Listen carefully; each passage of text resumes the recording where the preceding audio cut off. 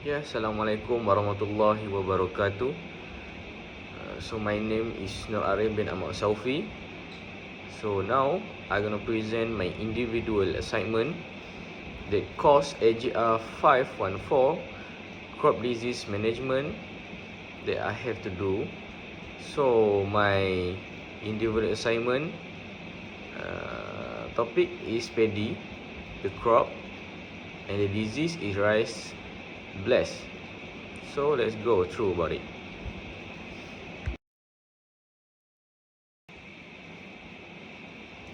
The pathogen involved in rice blast is Pyricularia oryzae or Magnaporous oryzae.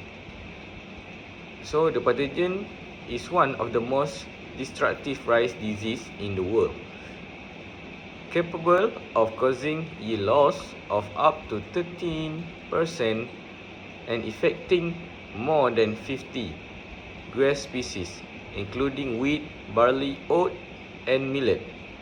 Resistant rice cultivars have been tried to manage blast disease. However, they generate loss resistance within a few years due to fungal germination modification that bypass by plant defense. The pathogen's genetic diversity has hindered the efficiency of this method. Understanding the organization of the blast population and genetic diversity is critical for disease management.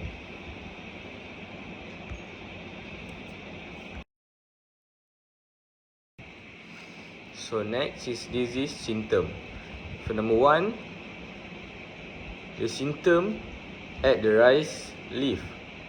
The color of the leaf might vary depending on the climate, the age of the plant, and the level of the resistance of the host cultivars. Listen on sensitive cultivar may seem grey-green and water-soaked at first, with a deeper green border, and they can quickly grow to several centimeters in length. Number 2, at rice collar. A rice plant collar is the junction of the leaf and the stem shape.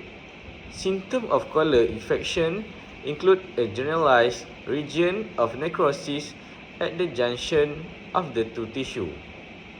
And number 3, rice neck and panicles. The rice blast fungus frequently infects neck at the knot, resulting in a disease known as rotten neck or rotten blast.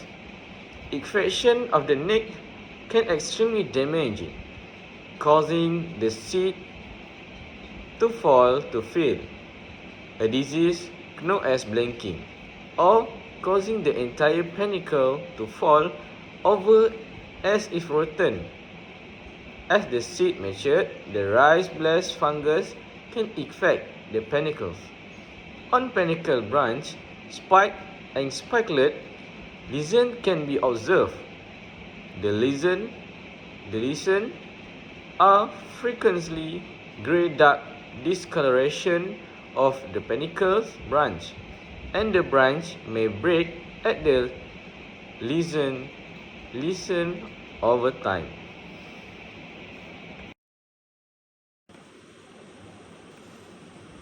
So this is a picture of the symptom that I read before. So number 1 is rice leaf. So we can see they have been seem a grey-green and water soaked at the first. Number 2 show rice collar. So as we can see, they have a necrosis at the collar of the rice. So it's the symptom of necrosis lah, the junction of the two tissue. So number 3 is rice neck and panicles.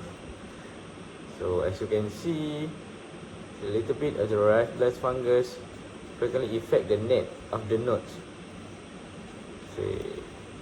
So next,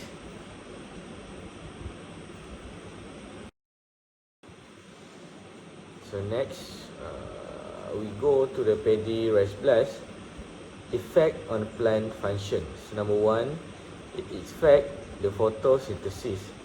Lesion formation, lesion on leaf can interfere with the normal photosynthesis process.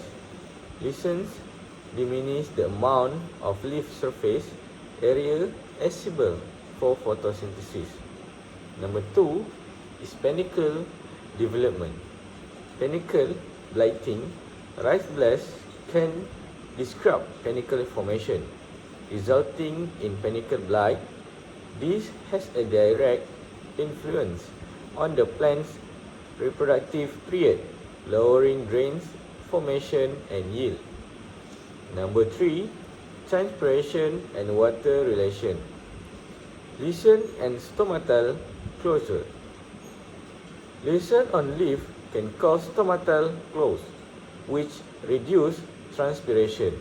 This can have an impact on water relation inside the plant and lead to stress.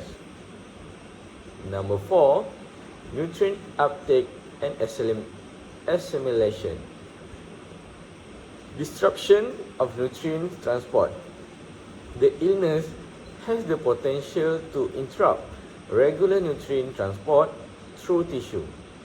This can have an impact on nutrient absorption from the soil and assimilation into plant tissue.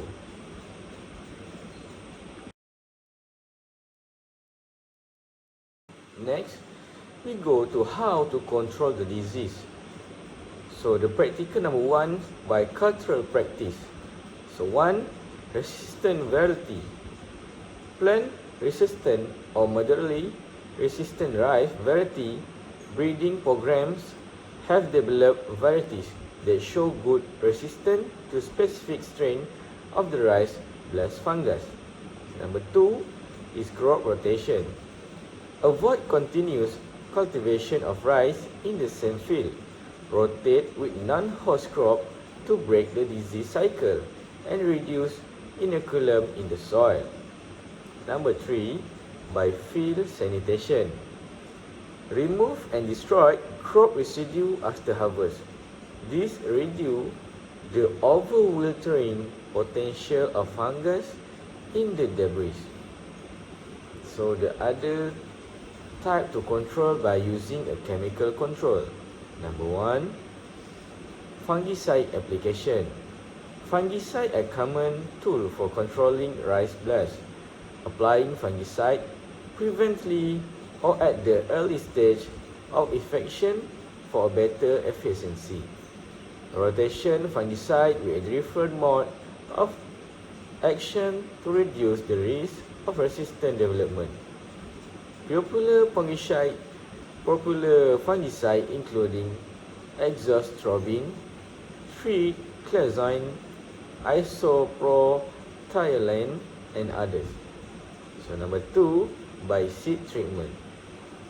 Treat seeds with a fungicide before planting to protect seedling from early infection. So now, let's go to a management. So first, we can use an integrated disease management IDM. Number one is combination strategy.